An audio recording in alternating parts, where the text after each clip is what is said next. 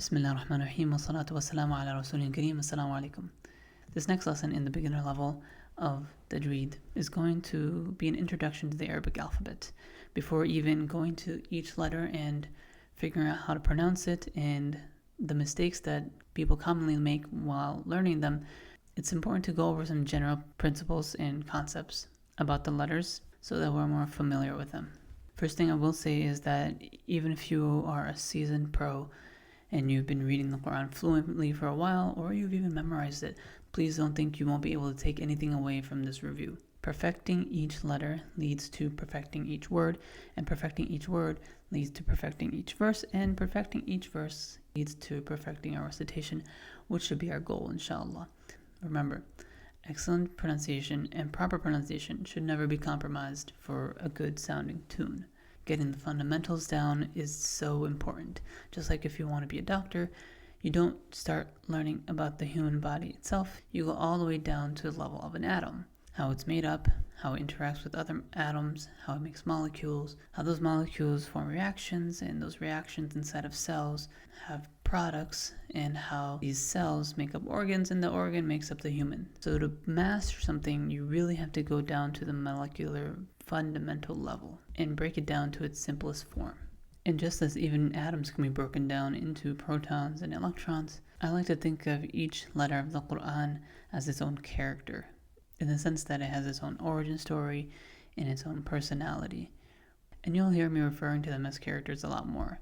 Some are soft, some are hard, some are light, some are heavy, some like to be recited with some breath when you pronounce them, and some restrict the breath when you pronounce them. And all of these are considered characteristics, and we'll talk more about them in the lesson on Sifat in the intermediate level. The bottom line being that each letter should be given its due right. If you're a beginner and new to learning the Arabic alphabet for the first time, I will say that it will require some of your time outside of just these lessons to learn these letters properly. I can go through them all, and I will in these videos, but you will still need to set aside some time to just memorize them. And if it were me and I was learning these letters for the first time, just like I would do for any language that I'm learning, I would create flashcards. It might take a while, but do not move on past the letters until you've become proficient in recognizing them at least. Some terms we need to know before we get into the letters. Firstly, harakat. These are markings that are placed on letters to denote vowels, because most of the letters in Arabic are actually consonants. So to show vowels, these marks were added into the Quran after the time of the Prophet ﷺ, so that, again, those not native to the Arabic language can know which vowels to pronounce on each letter. These vowels include fatha, dhamma, and kasra. In Urdu, they're called zabar zer pesh, same thing. Simply, fatha makes an a sound when added to a letter, a like cat. Kasra makes an e sound like feels, and dhamma makes an u sound like cool. Cat feels cool. A, e, u. Don't go too much off of the words I'm giving you, but more so how I'm saying it. Cat feels cool, because the pronunciation can change based on accent, but it's more important to go off of how the teacher is saying it. If you're fairly confident that you can pronounce it the way I'm saying it, then it's a great way to recalibrate your recitation before you cite, saying cat feels cool, a, e, u, to properly say these vowels. So how do you properly apply these vowels? So you take any letter, for example, the letter sheen, which makes the sh sound, sh, for sheen. So we take that first consonant sound, and we would add the sound of the vowel that's on top. So sheen with fatha or sheen fatha would make the sound sha. Kasra is the next vowel that we look at. Kasra is a small diagonal stroke below the letter, and it makes the sound e, like feels, feel, e, e. So again, we take the sheen, take the sh sound from the sheen, and we add the e sound, and we get she.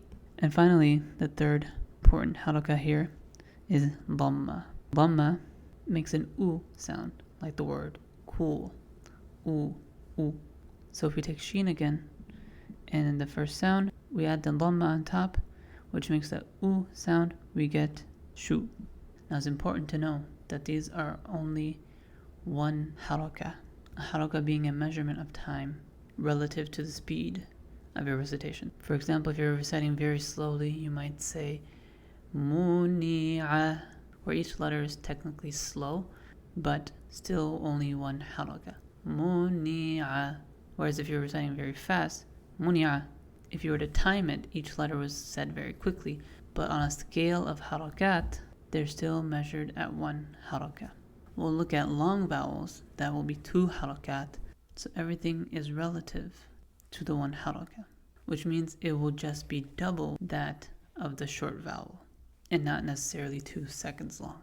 So these examples are not sha, shi, shu, but they're actually sha, shi, shu, short. It sounds very simple, but this is actually one of the most common mistakes I see intermediate level readers and even more fluent reciters make in their recitation. A lot of it is influenced by their native tongue. For example, in Urdu, we say like ajao, and this is the like car or father, instead of the like apple or cat. And what ends up happening is, instead of la ilaha illa, we end up saying la ilaha illa. And then the entire recitation will sound a bit off, but you won't be able to pinpoint what exactly it is. The final concept I want us to be aware of before going into the letters is the concept of heavy and light letters.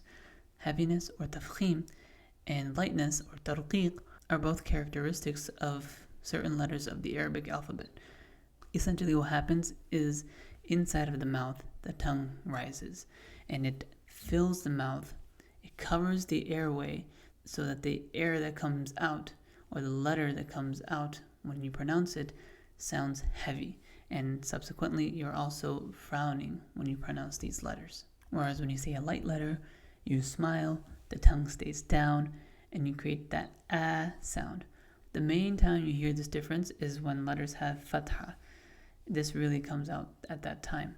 So when a light letter has a fatha, you smile, the tongue stays low, and you make an sound like cat, like we said, cat or apple. But when a heavy letter has a fatha, you frown, the mouth fills with the tongue, or the tongue fills the mouth. That's why they're also called full mouth letters. And instead of an sound, we make an sound, like awesome or caught.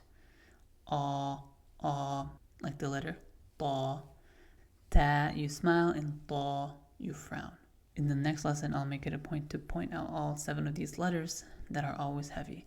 3 letters are sometimes heavy and sometimes light, but those are conditional and will be discussed in another video. So in this lesson, we reviewed the importance of giving each letter its due right. We talked about the most effective way to learn the letters, and we went over key concepts like vowels and heavy letters versus light letters. In the next lesson, we are going to look at this diagram here that I made to depict the 17 makharij, or the 17 spots where letters can articulate from. And knowing where they come from will help us pronounce them more precisely. And in that note, I will see you in the next video. Salam.